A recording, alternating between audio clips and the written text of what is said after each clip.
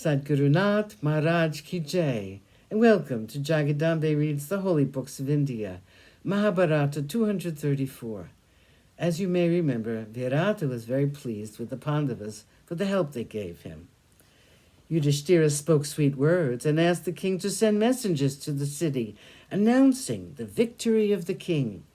He sent word, too, to make arrangements for the triumphal entry of the king into the city. They spent a very happy night on the battlefield. They decided to leave for the city after the sun had risen.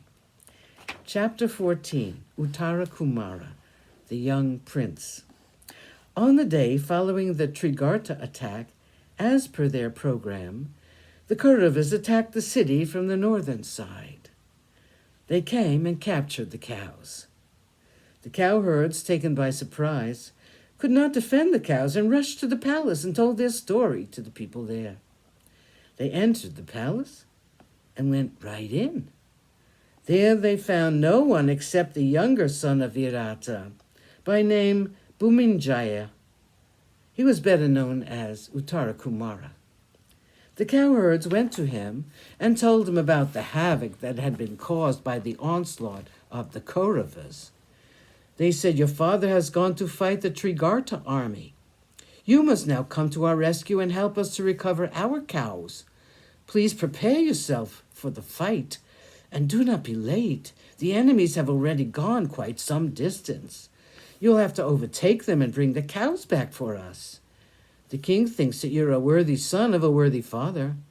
Please, come at once. You are engaged in playing the veena.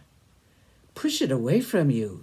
Take up the veena called the bow and play sweet music on the strings of the bow, and put fear into the hearts of your enemies with that music.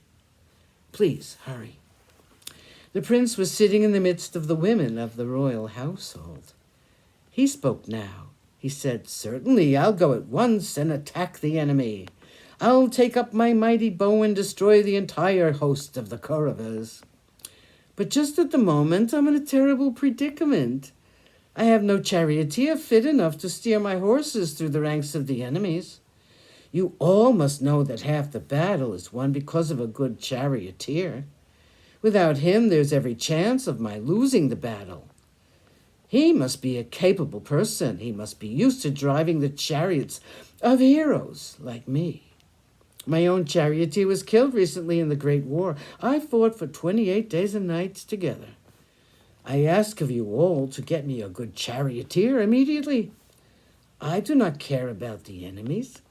If I have a good charioteer, I can tackle Bhishma, Drona, Krupa, Ashwatthama, and Hridaya, single-handed.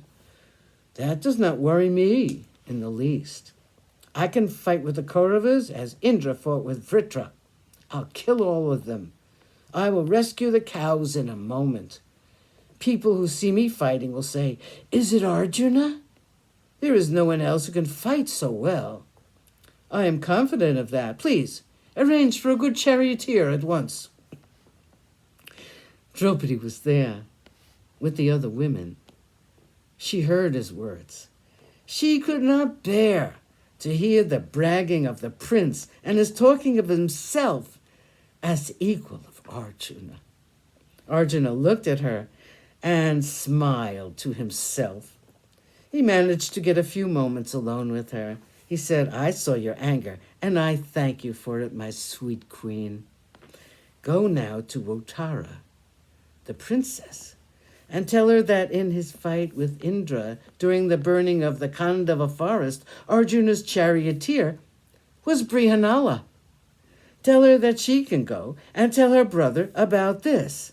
Tell her all about the greatness of Brihanala. Ask her to suggest me as a charioteer for the prince. We will see what he does after that." Sadguru Nath Maharaj Ki Jai. Thank you for coming. I hope you come again.